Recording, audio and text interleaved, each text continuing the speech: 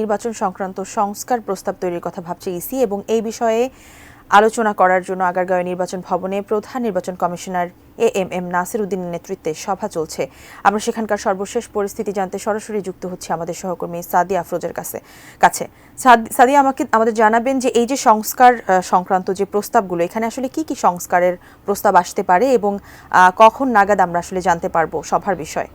কমিশনের এটি তৃতীয় আনুষ্ঠানিক সভা এবং এই সভায় আপনি জানেন যে কোনো আনুষ্ঠানিক সভায় নির্বাচন কমিশন সবসময়ই তাদের এজেন্ডা রাখেন এবং সেই এজেন্ডা ধরে সিদ্ধান্ত রাখেন এবং সিদ্ধান্ত নেওয়া হয়। আজকেও আপনি জানেন যে ভোটার তালিকা আইন, সীমানা পুনর্নির্ধারণ আইন সহ সাংবাদিক নীতিমালা, অর্থাৎ নির্বাচনের সময় যারা দায়িত্বরত থাকবেন সেই সাংবাদিকরা কীভাবে কাজ করবেন এবং একই সাথে যারা পর্যবেক্ষক হিসেবে দায়িত্ব পালন করবেন তাদের দায়িত্ব নিয়ে বা তাদের নীতিমালা যেটি রয়েছে সেটি নিয়ে নির্বাচন কমিশন মূলত আজকের এই বৈঠকে বসেছে। এবং এই যে আজকের বৈঠক, আপনি জানেন যে নির্বাচন কমিশন আজকে যেহেতু এই বিষয়গুলো নিয়ে সুনির্দিষ্টভাবে সিদ্ধান্ত নিতে চায় সে কারণেই আজকের বৈঠকে বসেছে। তবে আপনি জানেন যে যেহেতু এরই মাঝে নির্বাচন ব্যবস্থা সংস্কার কমিশন তাদের যে সুপারিশগুলো রয়েছে সেগুলোতে এই বিষয়গুলো নিয়ে প্রস্তাব রেখেছে এবং সেই সুপারিশগুলো নিয়ে এরই মাঝে আমরা গণমাধ্যমেও খবর প্রচার করেছি যে সুনির্দিষ্টভাবে তারা কোন কোন সুপারিশ করছেন।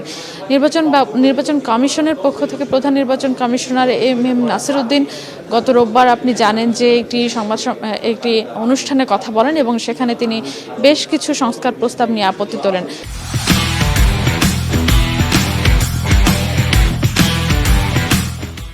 এবং নির্বাচন কমিশনকে শাস্তির আওতায় আনা সহ আপনি জানেন যে নির্বাচন কমিশন আইন এবং আরও কয়েকটি বিষয় নিয়ে তিনি আপত্তি তোলেন যেগুলোতে নির্বাচন কমিশনের স্বাধীনতা খর্ব হবে বলে তিনি মনে করছেন।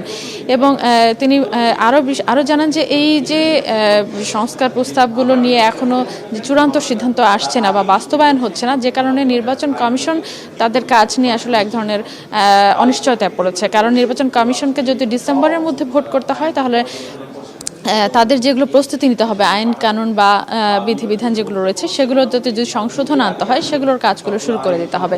এবং সেই বিষয়ে তিনি জোর দিয়েছিলেন সময় যদি এর মধ্যেই নির্বাচন করতে হয় তাহলে সেই সময়টা তাদের জন্য কম হয়ে যায় বা সেটা তাদের জন্য চ্যালেঞ্জিং হয়ে যায়, সেটি তিনি বলেছিলেন।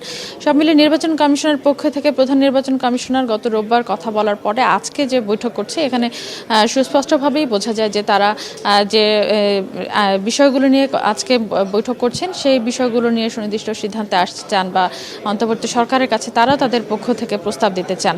এবং সেই বিষয়ে নির্বাচন কমিশনের পক্ষ থেকে নিশ্চয়ই এই বৈঠক শেষে ব্রিফ করা হবে এবং ব্রিফে নিশ্চয়ই সুনির্দিষ্টভাবে জানানো হবে যে কোন কোন বিষয়ে কী কী সিদ্ধান্ত তারা নিতে চাচ্ছেন।